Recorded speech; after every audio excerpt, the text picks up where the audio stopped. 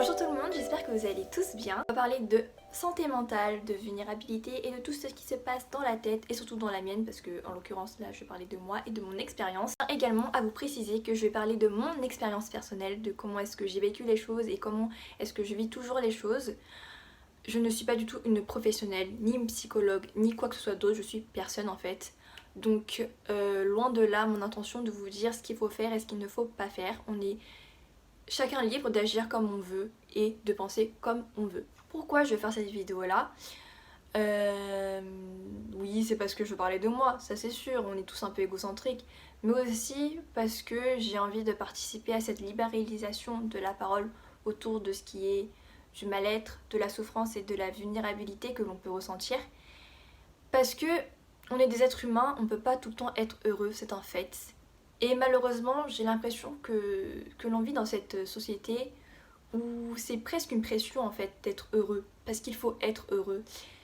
Et je suis pas vraiment d'accord, certes, oui, on peut être heureux, et c'est une bonne chose d'être heureux, mais on peut pas tout le temps l'être en fait. Et je trouve personnellement que l'on vit dans un monde où on ne s'exprime pas assez sur ce qu'on ressent, sur nos émotions, sur tous ces roller coasters en fait que l'on peut avoir intérieurement, et on ne s'exprime pas assez sur les émotions que l'on peut ressentir qui sont contraires justement au bonheur.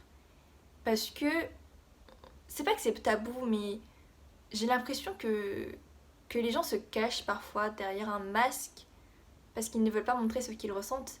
Mais parce que la société est comme ça en fait, parce qu'on nous a dit d'être comme ça. On vit dans une société, malheureusement, où beaucoup d'individus sont contraints de freiner leurs émotions, sont contraints de cacher en fait ce qu'ils ressentent parce que ce n'est pas bien, parce qu'on leur a dit que c'était pas bien, que c'était faible en fait de leur part de se sentir de telle ou de telle façon. Et c'est pour ça que la plupart de ces personnes-là, à force de contenir leurs émotions, à force de les fuir et de les négliger parce qu'on leur a dit que c'était pas bien, ils ne se rendent même pas compte qu'ils sont malheureux. Et je pense vraiment que ça pourrait expliquer toute cette frustration-là qu'ont les gens qui sont mauvais, aigris, qui sont toujours en colère et qui ont besoin de faire du mal aux gens parce qu'ils sont mal avec eux-mêmes.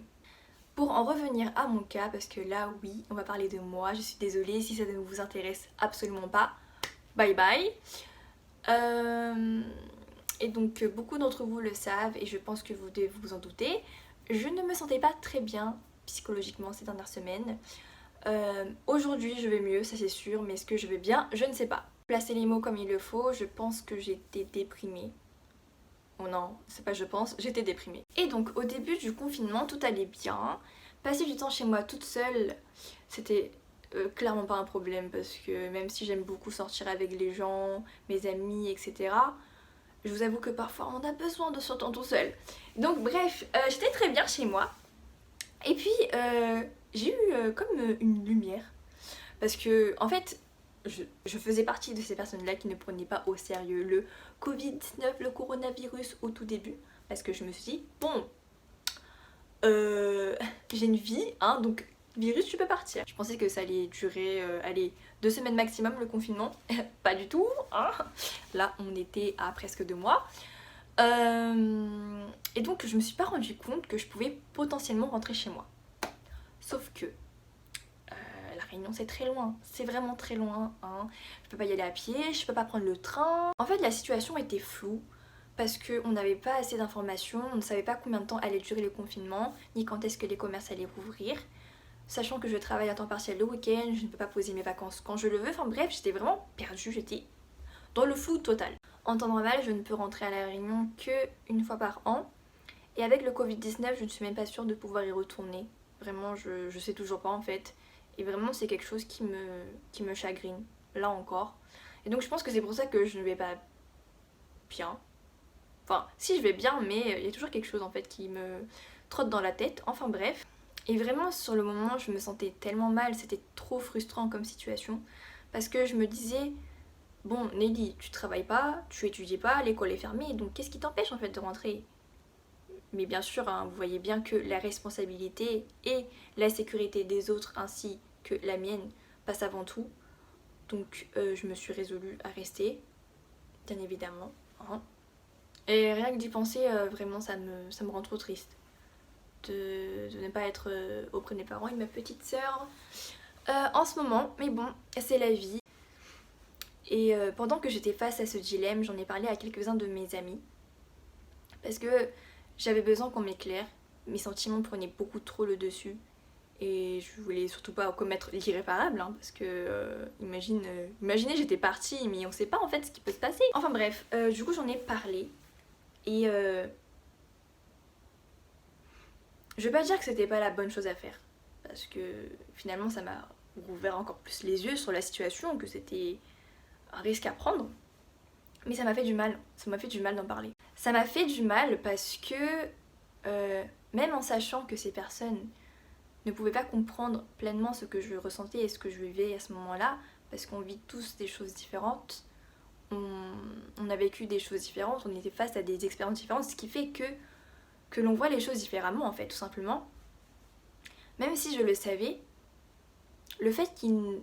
C'est pas qu'il manquait d'empathie, je veux pas dire ça, mais le fait qu'il ne comprenait pas ma situation, on va dire, de la même manière que moi je la comprenais, mais c'est un peu contradictoire ce que je dis, parce que forcément on peut pas se comprendre à 100%. Mais ça me faisait mal en fait. Je me sentais encore plus seule face à ce problème-là en fait. Ce qui fait que j'avais vraiment l'impression que ce à quoi je faisais face n'était qu'une banalité en fait, n'était que d'une moindre importance. Et bien sûr qu'il y a beaucoup plus malheureux dans la vie. Il y a des gens qui souffrent, il y a des gens qui sont vraiment dans une situation mais pire que la mienne. Ça, j'en suis complètement consciente. Mais c'est pas pour autant que moi, je vais négliger ce que je ressens. Vous voyez? D'un côté, oui, je suis reconnaissante de la situation dans laquelle je vis parce que je ne manque de rien.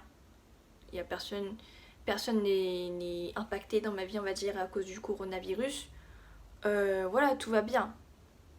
Mais sur le moment, moi, non. En fait, non. Non. Peut-être que penser comme ça, en minimisant, on va dire, son problème, en se disant que oui, bon, il y a pire dans la vie. Peut-être que ça peut aider en un sens. Parce que oui, ça peut nous redonner du courage, on va dire. Nous consoler. Mais c'est pas comme ça que j'ai abordé, on va dire, ce mal-être. Ou non, c'est pas comme ça que j'ai vu la chose. Est-ce que ça fait de moi quelqu'un d'égoïste? Sûrement, je pense qu'on l'est tous d'un côté. Mais je... même si je peux faire preuve de grande empathie, en fait là sur le moment je pensais qu'à moi. Je pensais qu'à moi et à ce que je ressentais. Le fait d'être irritée et saoulée par ce que les gens me disaient alors qu'ils me donnaient que leur avis objectif sur la situation, parce que oui, c'était tout ce dont j'avais besoin finalement, d'un avis éclairé sur le dilemme face auquel j'étais. Même en ayant conscience de tout ça, je me sentais irritée. Et en fait, le fait d'être irritée par ça, ça me saoulait encore plus. Et je ne voulais pas me sentir comme ça parce que je savais que ces personnes-là, en disant ces choses-là, ce n'était que pour mon bien. Et du coup, ça me saoulait. Et donc, en gros, j'étais saoulée parce que j'étais saoulée. Et parce que je ne pouvais pas rentrer et parce que j'étais saoulée par ça, j'étais encore plus saoulée. Et rien que de parler avec des gens, pas forcément par rapport à ça, hein, de tout et de rien, ça me saoulait. Vraiment, j'étais pas en position ni dans la volonté de vouloir parler avec les gens parce que je me sentais mal. J'y prenais plus plaisir parce que je me sentais pas bien en fait, tout simplement. Et déjà que de base, je suis pas très réactive aux messages parce que je peux mettre beaucoup de temps à répondre aux personnes, même si je me sens bien. Mais là, c'était pire. Vraiment, parfois je mettais beaucoup de temps à répondre et en plus de cela, voir les notifications et les messages s'accumuler, ça m'angoissait en fait, ça m'angoissait et plus le temps passait, moins j'avais envie de répondre. Alors qu'en temps normal, c'est toujours un plaisir de parler avec des gens, surtout que j'aime. Et donc, là je me suis dit, bon Nelly, il faut que tu fasses une pause en fait. Il faut que tu fasses une pause sociale. Parce que même si on est en confinement, même si on n'est pas à côté physiquement, même si on ne sort pas de chez soi, on est toujours connectés les uns aux autres parce que c'est notre époque en fait. Notre époque est comme ça.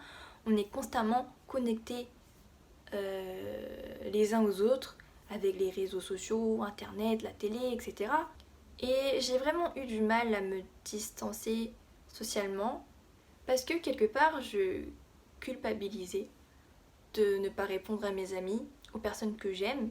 Et je me suis dit que c'est pas parce que je me sens mal que je dois négliger mes relations avec autrui.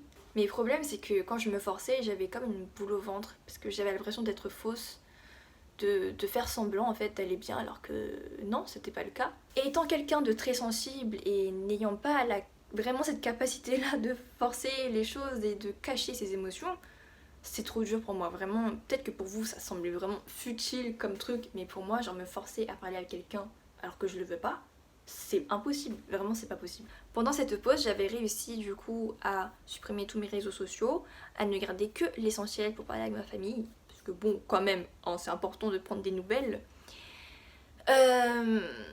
Comment dire? Pendant cet isolement social, en plus de physique, j'ai beaucoup pleuré. J'ai beaucoup pleuré parce que c'était tout un enchaînement, vraiment, de mal-être. Vu que j'étais fatiguée psychologiquement, mon corps aussi était fatigué. Quand j'avais envie de faire quelque chose, de créer quelque chose, rien n'était jamais bon, rien n'était jamais assez. Quand je dessinais, quand je voulais chanter, quand je voulais jouer de la guitare, quand je voulais enregistrer des musiques, quand je voulais composer, c'était jamais assez bien en fait. Vraiment, je me sentais comme un déchet, je me sentais nulle, j'avais l'impression de ne servir à rien et j'étais perdue, vraiment j'étais perdue dans ce que je voulais faire et je ne savais plus où était ma place. Je ne savais plus de quoi j'étais capable de faire. Peut-être que inconsciemment je m'étais comparée à quelqu'un. En vrai, je sais pas, hein. Je me sentais comme un déchet parce que je ne faisais pas les choses comme je voulais le faire. Je n'étais pas assez bien. Je me sentais nulle. Vraiment, je me sentais nulle. J'étais jamais satisfaite de moi-même, ce qui fait que ça amplifiait mon sentiment de mal-être. Et j'étais dans ce cercle vicieux là où je me faisais juste du mal à moi-même. Et ça, je pense que c'est des phases qui touchent un peu tout le monde, je pense. Parce qu'on peut pas tout le temps avoir confiance en soi et être satisfaite de ce qu'on fait et de ce qu'on est. Et pendant ce confinement, mon copain était là. Donc je ne pouvais pas l'ignorer par message, ni ignorer ses appels. Il était là, donc il a vu que j'étais pas bien. Et il m'a consolée comme il a pu. Ça m'a aidée, mais c'est pas ça qui fait tout, vous voyez. C'est des choses que l'on doit régler finalement soi-même, parce que c'est en nous que ça va pas bien. Du coup, pendant toute cette phase où j'étais pas bien, genre vraiment je me suis rappelé comme un déclic les paroles de... Alors je sais pas du tout comment est-ce qu'on prononce ce nom, mais je vais le mettre là parce que comme ça je ferai pas d'erreur. C'est un moine vietnamien qui a écrit beaucoup de livres sur la spiritualité et tout ce qui est développement personnel, etc. Il a écrit un livre qui s'appelle L'Art de Vivre, que j'ai lu très récemment et je pense que je vais le relire parce que j'en ai besoin. Voilà, c'est un livre qui m'a beaucoup ouvert les yeux. Et ce monsieur m'a rappelé que la vie en fait elle est faite d'impermanence. Toute chose est vouée à changer, à évoluer et rien ne reste pareil. Comme les feuilles d'un arbre ou les nuages que l'on voit dans le ciel, nous aussi en fait on change tout le temps. Vu que rien ne dure, tout ce qu'on ressent aussi en fait change et évolue. Tout ce qu'on vit n'est pas voué à rester pareil, comme nos émotions. Donc je me suis dit, bon Nelly, peut-être que là tu te sens mal, mais tu sais très bien que ça va aller mieux, parce que c'est la vie, parce que c'est comme ça, et parce que tu grandis en fait. Et parce que tu es obligé de passer par là pour te sentir bien. Parce que forcément il n'y a pas de bonheur sans souffrance. Ça paraît cucu dit comme ça, mais c'est une réalité finalement. Et dans ce livre-là, c'est vraiment quelque chose qui est souligné. Et vu qu'il n'y a pas de bonheur sans souffrance, pourquoi est-ce que je devrais rejeter cette souffrance-là? Pourquoi est-ce que je dois la cacher? Et du coup, au lieu de la rejeter, je dois pleinement en prendre conscience parce que c'est ça en fait qui va me donner la clé du bonheur. J'ai choisi de chérir tout ce que je ressens et donc aussi ma souffrance. C'est un peu deep ce que je dis peut-être, mais en vrai c'est ça, c'est vraiment ce que j'ai ressenti sur le moment. Parce qu'en fait c'est ça qui fait ma force. C'est tout ce que j'ai vécu et tout ce que j'ai pu ressentir. C'est comme si j'étais détachée de tout ce que je ressentais, mais en même temps non. Je souffrais, c'était bel et bien là, mais je voyais ça avec du recul. Je me suis détachée de ça pour voir en fait la situation dans l'ensemble. Et pour voir la situation avec un recul nécessaire pour me dire que Nelly, ça va aller demain. Ça va aller demain. Là, tout ce que tu dois faire, c'est en prendre conscience. Prendre conscience de ce que tu ressens. Et juste, en fait, apprécier. Apprécier ce que tu ressens parce que t'es humaine. Quand j'en ai pris conscience, en fait, de tout ce processus, du fait que je devais chérir en fait tout ce que je ressentais, que ce soit le bonheur ou la souffrance, j'ai vraiment pris du recul par rapport à ça et j'ai ressassé tout ce que j'ai vécu, forcément, toutes les expériences que j'ai vécues. Et je me suis dit que même si c'était dur vraiment à ce moment-là, pendant ces moments-là où je voulais juste fuir en fait mes problèmes, sans tout ça, je ne serais vraiment pas la personne que je suis aujourd'hui et j'en suis tellement reconnaissante. Je ne veux pas parler de souffrance en tant que victime là, c'est pas ça, je veux pas me faire passer pour une victime parce que je souffre, mais en fait, j'en suis reconnaissante, vraiment j'en suis reconnaissante. Je suis reconnaissante de tout ce que j'ai pu vivre et de tout ce que je vis là maintenant. Ce que je dis est à prendre avec des pincettes bien sûr. La souffrance, il faut en être reconnaissant, ça c'est sûr, mais il ne faut pas rester dedans. Du moment où on reste dedans, c'est qu'il y a vraiment quelque chose qui ne va pas et je pense que à ce moment-là, il faut vraiment en parler. J'estime que bien sûr, il y a des choses qui peuvent être réglées tout seul, mais il y a d'autres problèmes qui sont beaucoup plus, on va dire, complexes. Mais il y a d'autres problèmes qui peuvent être très graves, qui la plupart du temps sont causés par d'autres personnes, qui nécessitent vraiment de l'aide extérieure. Et donc là, je vous invite vraiment à en parler, parce que c'est important, vraiment. Et donc c'est comme ça que j'ai réussi toute seule, on va dire, à surmonter ça. Enfin, c'est même pas surmonter ça, c'était pas une épreuve en soi, c'est juste... c'est comme ça que j'ai vécu les choses, voilà. Et vraiment, j'en suis reconnaissante hein, de tout ce qui s'est passé là dernièrement. Parce que j'en ai beaucoup appris sur moi-même. Et je suis contente parce que j'ai l'impression d'être encore plus en harmonie avec ce que je ressens et avec moi-même. Me mentir à moi-même et les personnes qui se mentent à eux-mêmes, c'est quelque chose que j'ai du mal à accepter. Vraiment, c'est quelque chose que j'ai du mal à accepter. Donc, les personnes fausses, s'il vous plaît, ne soyez pas dans mon entourage. Parce que vraiment, j'ai du mal avec vous. Et donc, voilà tout ce que j'ai vécu dernièrement, émotionnellement parlant. Voilà. Je sais que c'est pas quelque chose de ouf, hein, mais je trouvais ça intéressant, la phase de réflexion que j'ai eue, on va dire. Même maintenant, elle est pas finie, hein, je réfléchis toujours à ce que je suis, à ce que je veux devenir et j'aimerais vous dire que c'est pas une honte de se sentir mal, de se sentir faible, vulnérable, tout ce que vous voulez. Ce n'est pas une honte de ne pas être heureux et ce n'est pas une honte d'en parler. N'ayez pas honte de ressentir les choses et d'être sensible. On est des êtres humains et on est dotés d'une sensibilité. C'est normal et c'est contre nature un peu de vouloir justement supprimer nos émotions. Et donc je pense que c'est important d'accepter de la même manière que le bonheur. C'est important d'accepter que l'on n'est pas bien, qu'on se sent pas bien et qu'on n'est pas heureux quoi. J'aimerais aborder un dernier point avec vous. Parce que, voyez, j'ai remarqué quand même assez souvent chez les gens que les gens font, disent et que moi-même j'ai pu le dire et je sais pas trop pourquoi. En général, quand quelqu'un pleure, on lui dit ne pleure pas. Pourquoi on lui dit ça? Et finalement, je pense que cette simple question suffit à décrire dans quel genre de société on vit. Donc voilà, est-ce que c'était une vidéo explicative? Je sais pas, mais en tout cas c'est sûr que c'est une vidéo update parce que je parle de moi et de ce qui s'est passé dans ma vie. Si vous avez des questions pour des prochaines vidéos, si vous voulez qu'on aborde un sujet en particulier, n'hésitez pas. Et je rappelle que c'est une discussion ouverte et non un monologue, donc j'aimerais beaucoup savoir qu'est-ce que vous en pensez. De tout ça en fait, de tout ce que j'ai pu aborder dans cette vidéo. Ça m'intéresse vraiment votre avis. Sur ce, je vous laisse. Bisous!